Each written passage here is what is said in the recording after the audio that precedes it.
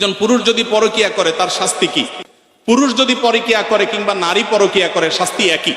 মনে রাখবেন, আল্লাহর জমিনে সবচেয়ে ভয়াবহ অপরাধ, যেই অপরাধের শাস্তি সবচেয়ে জঘন্য, সেটা হলো এই পরকিয়া। অর্থাৎ বিবাহিত পুরুষ এবং নারী যদি হারাম সম্পর্কে লিপ্ত হয় তাদের শাস্তি সবচেয়ে ভয়াবহ। কেন শাস্তি ভয়াবহ জানেন? এক সময় আমি গত কিছুদিন আগে বাংলাদেশে এক ভাইকে থাইল্যান্ডে দেখা হয়েছে, অনেক বয়স। ওনাকে জিজ্ঞেস করলাম বাচ্চা কাচ্চা কয়জন? বললো যে 2 জন। তো বললাম এত কম বাচ্চা কাচ্চা, কোনো বিধিনিষেধ আছে নাকি? বলে না ভাই, এক সময় আমাদের এই দেশে, থাইল্যান্ডের কথা আমি বলছেন, যে সন্তান বেশি নিলে সরকার পারমিট করতো না, 2টা বেশি পারমিশন দিত না। আর এখন সরকার উল্টা, বরং সন্তান বেশি নিলে আরো ভাতা দেয়। একই সমস্যা চায়নাতে। চাইনিজরা বিয়েকে মানে সন্তান গ্রহণ করার ক্ষেত্রে অনেক কড়াকড়ি করেছে। এখন বর্তমানে চাইনিজ সরকার পাগল পরা হয়ে যাচ্ছে, কারণ জেনারেশন গ্যাপ তৈরি হচ্ছে, সন্তান কেউ নিচ্ছে না। ইতালির একই অবস্থা। গোটা পৃথিবী আজকে সাফার করছে এইগুলোর কারণে।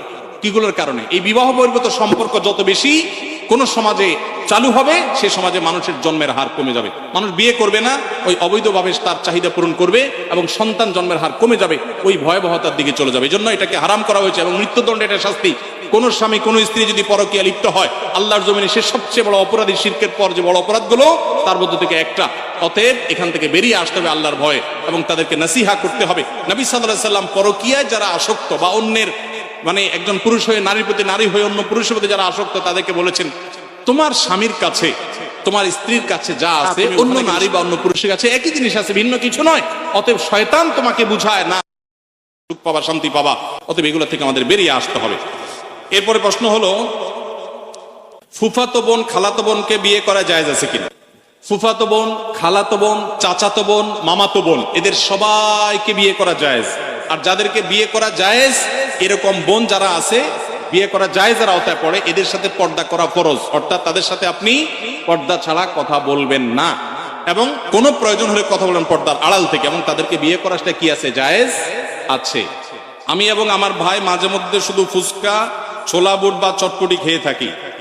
এখন এগুলো খাওয়া কি ইসলাম নিরুৎসাহিত করে? এবং এগুলো খাওয়ার আগে বিসমিল্লাহ বলে খেলে কি ইবাদত হবে? যে কোনো খাবারের শুরুতে বিসমিল্লাহ বলবেন, কিন্তু ফুচকা, চটপটি বা যেটাই খান, দেখবেন এটা স্বাস্থ্যসম্মত কিনা। আপনি রুগী, আপনার সমস্যা হয় পেটে, আপনি এগুলা খান আর গ্যাস্ট্রিকের ওষুধ খান। এটা আমাদের বেশিরভাগ লোকের অভ্যাস, তাই না? একদিক দিয়ে এগুলা খাবে, চানাচুর ফুচকা খাবে, চটপটি খাবে, আবার খায় কি খাবে? গ্যাস্ট্রিকের ওষুধ খাবে। আমরা স্বাস্থ্য অসচেতন মুসলমানরা। আমার অবাক লাগে যখন জাপান, কোরিয়া এবং পৃথিবীর বিভিন্ন দেশে মানুষদেরকে দেখি, তারা স্লিম, তারা সুন্দর, চিকন। আমার অবাক লাগে, তাদের লাইফ স্টাইলটা সুন্নাহসম্মত। তারা এমন কোন খাবার খায় না যেটা তাদের স্বাস্থ্যকে নষ্ট করতে পারে। আমরা মুসলমানরা উল্টা পাল্টা খাই। নবী সাল্লাল্লাহু আলাইহি সাল্লাম খাবারকে কন্ট্রোল করার শিক্ষা দিয়েছেন। আমরা লাগামহীন খাই, এই জন্য মেদ ভুঁড়ি হয়ে যায়, অল্প দিনে মোটা হয়ে যায়। খাওয়ার কারণে মোটা হয় না, অথবা অন্য কারণে মোটা হয়, তাদেরকে আবার দোষ